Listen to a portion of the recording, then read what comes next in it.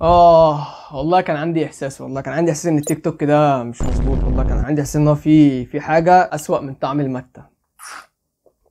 اكيد بهزر، المتة تحفه، انا بعشق حاجه اسمها متة. نخش بقى في موضوع النهارده، وهو القضيه بتاعت تجارة الأعضاء اللي حصلت فجأة على التيك توك كده، وكلنا اتصدمنا فجأة إن في ناس كتير كانت بايعة أعضائها، وناس جالها لا قدر الله، يعني ربنا يحميك ويحمينا يا رب ويحمي الناس أجمعين، سرطان وناس ماتت وناس بتحقق، وسوزي الأردنية جابت 50% وبعت لها مليون، وأنت قاعد بتندب حظك عشان الشهادة فإحنا محتاجين نتكلم شوية في الموضوع ده، عشان إحنا واخدين فكرة غلط عن السوشيال ميديا، واخدين فكرة غلط عن الناس دي، واخدين فكرة غلط عن نفسنا. فجهز قهوتك الجميلة، ولو بتشرب متة اعمل لك كوباية متة رايقة، وتعالى نقعد نتكلم مع بعض كده شويه. الفيديو ده عفوي، مش مكتوب له سكريبت، كل الكلام اللي انا هقوله طالع من جوايا بجد، فيا ريت تركز وتسمع الفيديو للاخر عشان تقدر تستفيد باللي انا عايز اوصله لك. اول حاجه كده يا معلم، نيجي لموضوع الشهاده وسوزي الاردنيه اللي جابت 50%، والناس اللي طالعه متضايقه جدا ان هي جايبه شهادات اعلى بكتير، محدش كرمها ومحدش عبرها، وان سوزي الاردنيه بعت لها مليون جنيه وانت حضرتك لسه مش لاقي شغل بالشهاده بتاعتك. تعالى ناخد الموضوع ده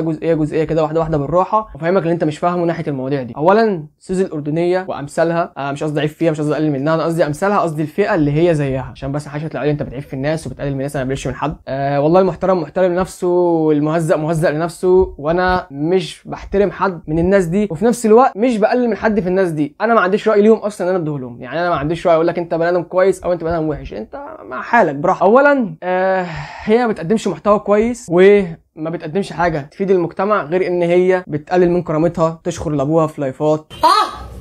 الشارع اللي وراه ده انا راح اعمل لك محضر ابن فجره دلوقتي.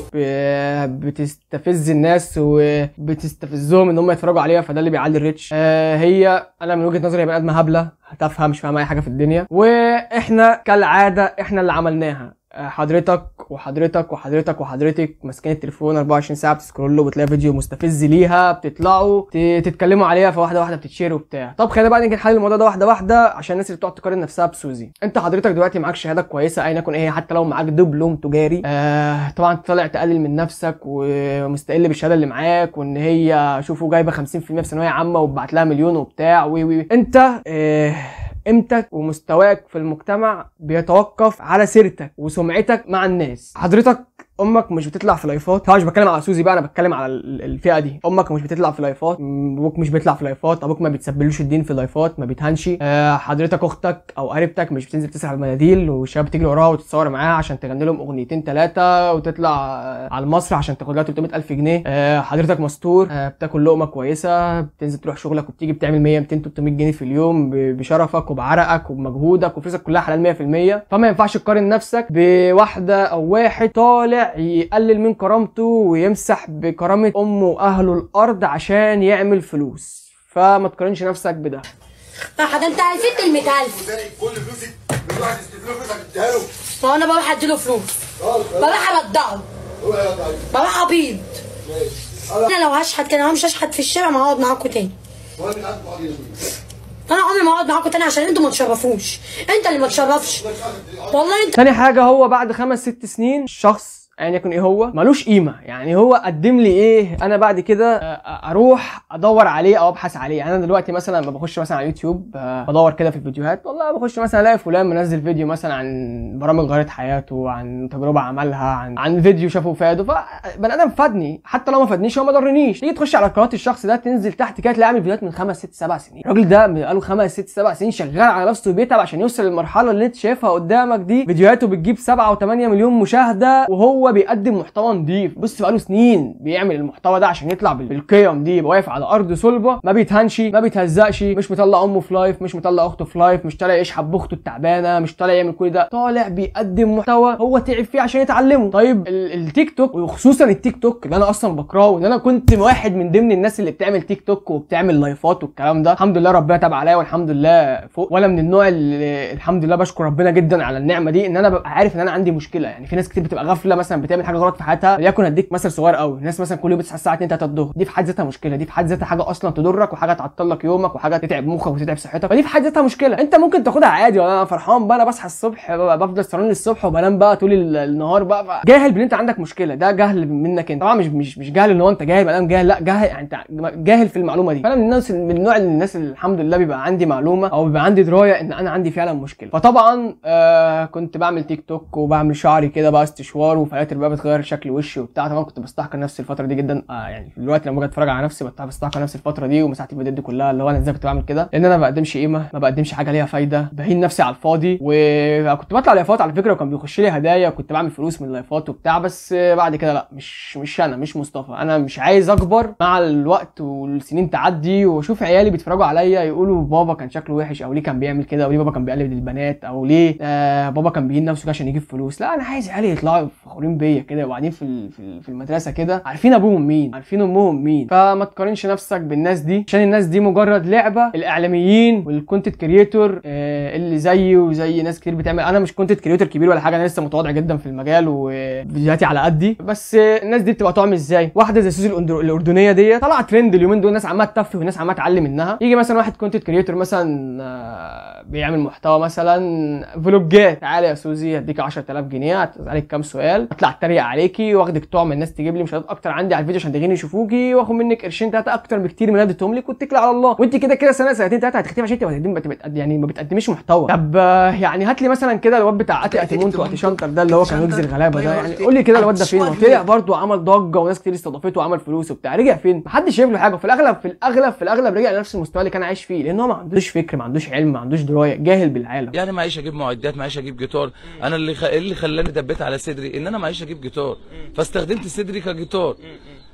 معلش برضه عشان نوضح حاجه للناس ونوضح حاجه، لما استخدمت موسيقى بانفي انا عملت كده ليه؟ برضه معيش اجيب اي آلة، انا معيش اجيب آلة، انا بني ادم بسيط، انا بعترف على الهوا بقول ان انا بسيط، واللي خلاني عملت كده على صدري ان انا معيش اجيب جيتار. واحد زيه مثلا عنده علم مثلا وواعي بالدنيا وطلع هزر في فيديوهين من غير ما يهين نفسه من غير ما يقل من نفسه، طلع هزر في فيديوهين وربنا كرمه والفيديوهين دول جابوا ريتش عالي وعمل له مصلحتين 3 من غير ما يهين نفسه برده من غير ما يقل من نفسه، وناس دعمته وبتاع وعمل قرشين. انضف بقى، اعمل محتوى، كبر الحاجه اللي جابت لك فلوس. لكن الناس دي زي ما انت شايف ترجع يعني لنفس الوضع اللي كانت عليه. فانت حضرتك ما ينفعش تقارن نفسك بالناس دي، لان انت اشرف بكتير من انت تقارن نفسك بحاجه زي كده. الناس بتوع الرنجه، انا مش عايز والله مش عايز اذكر اسماء في الموضوع دوت، بس انا يعني بحاول قد ما اقدر ما يقلش من حد. الست بتاعت الرنجه اللي طلعت عملت، او بتاعت الفسيخ اللي طلعت عملت فسيخ وبتبيع كرتون الفسيخ وفجاه بقى معاها فيلل وبتاع، طلع وراها كارثه. فحضرتك انت كأم بتطلعي تقاري نفسك بيها وتقولي بتبيع رنجه وبتاع، ما بيعي رنجه، انا بقول لك بيعي رنجه بس من غير ما تهيني نفسك، من غير ما تخلي جوزك شكله وحش في الارض. اعملي صفحه على الفيسبوك على الانستجرام واعرضي منتجاتك ورنجه، مش لازم تشمري ايدك وتطلعي ايدك وانت بتعملي الرنجه، مش لازم تلبسي جلابيه ضيقه وتقفي في المطبخ تورينا الجلابيه وهي بتطبخ، يعني انت ما بتعمليش محتوى طبخ، فانتوا فاهمين قصدي. فمش شرط عشان تعمل محتوى، هو السوشيال ميديا بيجيب فلوس مهوله، بس لو عايز ترمي كرامتك في الارض، لو عايز ما يبقاش ليك مستقبل وما يبقاش ليك قيمه، ما يبقاش ليك اي 30 لازمه في المجتمع، وبعد 5 6 سنين هتختفي، 3 سنين كمان تختفي،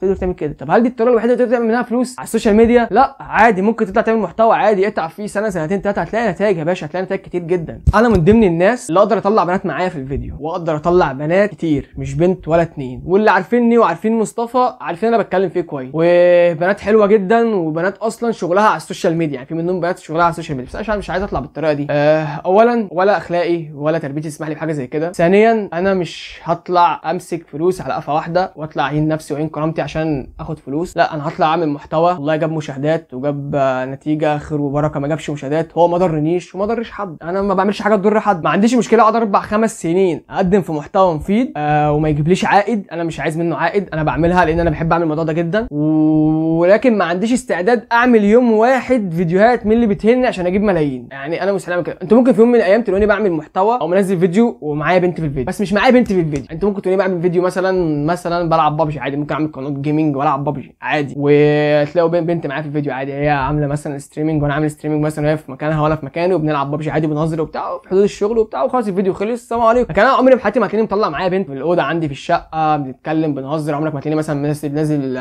بعمل فلوجات مع بنتي في الشارع، عمرك ما هتلاقيني نازل بقى مع بنت بقى متبرجه وعارضه جسمها للناس بقى وانا فرعان بقى وماشي بقى عشان هي بتعمل ريتش واروح اعمل معاها اعلان في محلات الاكل. عمرك ما هتلاقيني بعمل حاجه زي كده، علشان انا عندي اهل، انا عندي عندي ما عنديش اخوات بنات يعني بمعنى الكلمه، بس عندي اخواتي البنات اللي حواليا او اهلي وكده. انا عندي ناس سمعتهم من سمعتي، انا لما اقلل سمعتي وارميها في الارض كده الناس دي كلها كمان هتتضر، اللي جايين بعدي كمان هيتضروا، الجيل اللي جاي بعدي اللي عيالي وعيال عيالي كل ده هيتضر، كل ده هيتضر بسبب سمعتي انا. فلازم تبقى عارف انت بتعمل ايه. طيب نيجي لموضوع الفلوس اللي بيجي من على السوشيال ميديا. طبعا انتوا عارفين موضوع تجاره الاعضاء اللي حصل دوت، والناس اللي اتقفشت، والحوار بتاع شاكر، الناس بتدور على شاكر دلوقتي عشان عايزين برضه يحققوا معاه، والنسوس اتحبست بسبب ان هي اشتبهوا فيها. من اين لك هذا؟ جبت الفلوس دي كلها منين؟ مداهم مش عارف ايه، والحاج احمد يعني ضحكوا عليه ب 2000 جنيه عشان ازاي كناش واخدين بالنا من الحاجات دي كلها. وفيديوهات تطلع يقول لك، تلاقي عم احمد طالع يقول لك بطني، وبتاع الكوره ده مش فاكر اسمه ايه اللي مات بسبب السرطان، بسبب ان هو داخل يعمل عمليه في اوضه في عماره، عمليه سرطان كبيره زي دي. فازاي ما خدناش بالنا من كل الحاجات دي؟ الله اعلم الموضوع ده وراه ايه بالظبط، انا مش عايز اعرف ومش عايز ادخل في حاجه زي كده، بس انتوا عارفين القرف اللي بيحصل في السوشيال ميديا، وعارفين التيك توك القرف بيجي من ورايا، عشان كده انا بكره التيك توك كره العمى. بس نيجي بقى لموضوع الارباح اللي بتيجي من على السوشيال ميديا، بتيجي ازاي؟ عشان كل الناس اللي بتقعد تقول لك انا مش هينفع امسك فلوس غير اما اطلع اعمل كده. لا يا حبيبي تعالى افهمك حاجه. حضرتك انت اللي معاك شهاده طب مثلا، او ايا كانت شهادتك ايه، مثلا افترض انت معاك شهاده طب وطلع تتكلم فيديو عن اليوتيوب، تتكلم عن الطب والولاده وعلاج الامراض والكلام ده، الفيديو بتاعك لو جاب 100,000 مشاهده بمقارنه مثلا لفيديو واحد مثلا مغني، او مثلا واحد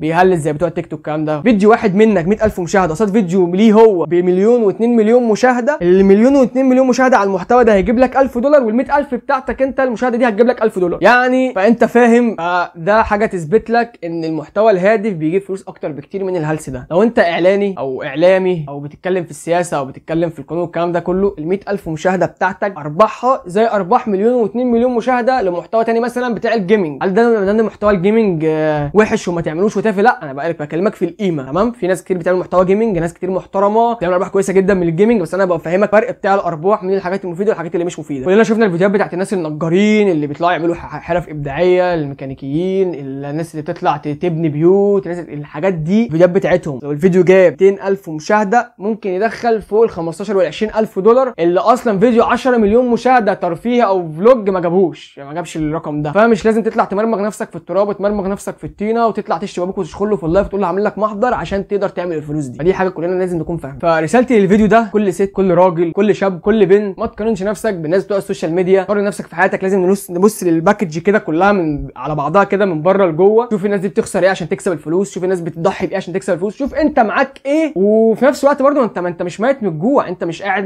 في الشارع بتشحت بتمد ايدك، انت بتاكل وبتشرب وعايش حياتك وبتروح شغلك وبتيجي شغلك وبتعمل يوميه متواضعه، ما بتشتكيش، الحمد لله ما عندكش مرض، الحمد لله بقاش كده عشان مليون و200,000 جنيه ولا عشان 2000 جنيه ولا عشان يتركب لك تكييف في الشقه ولا عشان الناس تطلع تتكلم عليك ولا الناس تطلع تفضحك. انت الحمد لله امك مستوره وابوك مستور واخواتك مستورين، اخواتك ما فيهمش مرض بتطلع تشحت بيه، اخواتك كويسين. انت لازم تحمد ربنا على النعمه دي، لازم تقعد دايما تقول الحمد لله ان انا مش في مكانه الناس دي بتاكل عقلك وانت مش واخد بالك. وهنرجع لنفس النقطه اللي كل مره بنتكلم عليها، وهي ان احنا اللي بنعمل للناس دي قيمه، احنا اللي بنعمل من الخرا سعر. انت دلوقتي امسك تليفونك وامسك تليفون والدتك، تلاقي تليفونك كله ترندات وقرف ومش عارف ايه ومين اتحبس ومين، وامسك تليفون والدتك تلاقي معظمه سياسه، احداث، مسلسلات، تمسك الفيسبوك بتاعها هتلاقي لبس مش عارف ايه، مش مهتمين هم. عمرك ما هتمسك تليفون والدتك هتلاقي واحده بترقص ولا تلاقي بقى المحتوى الجنسي اللي بيطلع بشكل مش طبيعي في الفتره ديت، ولا عمرك بقى هتلاقي ما فيش الكلام ده. فانت تلومش حد ملوش قيمه نجح في المجتمع وطلع، لوم نفسك لان انت اللي طلعت. ما تقعدش تقول للناس دي ما حبيبي المحتوى ده بيجي لك ليه، ما هو جوجل كروم ويوتيوب مش قاعدين عاملين كده سايبينك كده بالحب قاعد بتتفرج على المحتويات. لا، الناس دي دارساك وعارفه كويس قوي انت بتهتم بايه. انت بتهتم بالتفاهه يجيبوا لك تفاهه، خد كل تفاهه، اشرب تفاهه، يلا. وتفاهه بتجيب تفاهه لحد ما الناس دي بتفهم الفكره. انت مثلا لو مهتم مثلا حاشر نفسك بقى في المحتوى التعليمي، الحاجات اللي بتفيدك، الحاجات اللي بتنفعك، مالكش دعوه انت ولا بترندات ولا بقرف ولا بتدعم الناس دي. يعني عمرك ما هتلاقي المحتوى بتاعك طالع بالقذاره دي، فاهم الفكره؟ فلازم تعرف انت بتتابع ايه، لازم تعرف انت يعني تتفرج على ايه، الناس دي كبرت ليه، الناس دي اتشافت ليه. علشان حضرتك قاعد 24 ساعه بتسكرول بتشوف الحاجات المستفزه دي، تعمل لايك وتعمل كومنت وتطلع تتمسخر عليهم، وهتقول انا ازاي مش زي الناس دي. ما هو انت اللي عملتهم يا حبيبي، انت اللي عملت كده. فادعم المحتوى الهادف، ما تدعمنيش انا ما بعملش محتوى هادف، انا اصلا عيل تافه يعني. انا بطلع اعمل شويه تجارب وشويه حاجات بطلع انقلها في حياتي وبتاع، انا ما بطلعش اقول لك ازاي تبقى دكتور ولا مهندس، بس ما بضرش حد يعني.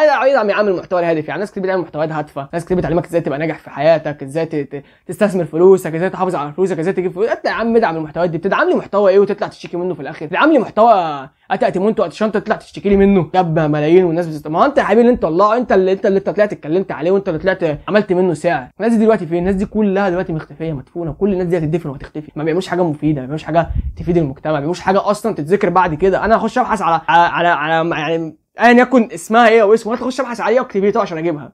حد مثلا اللي بيعمل الترندات ده اخش اكتب ايه؟ اخش اكتب ايه؟ تيك توك اصلا هو بتلاقي لك ترند مش عارف ايه وخلاص. اكتب ايه فيه؟ انا بجد بطالب بقى في التيك توك، انا بكره التيك توك بجد والله، بكرهه جدا جدا جدا. فخلاصه الكلام، ما تقارنش نفسك بحد، احمد ربنا على النعمه اللي انت فيها، ودوس لي لايك ودوس لي اشتراك، وما تنساش تدعم القناه بكومنت كويس كده واشتراك بقى وشير بقى وروق عينك كام كده عشان نتشير ونتعرف اكتر. وبس اشوفك في فيديو تاني.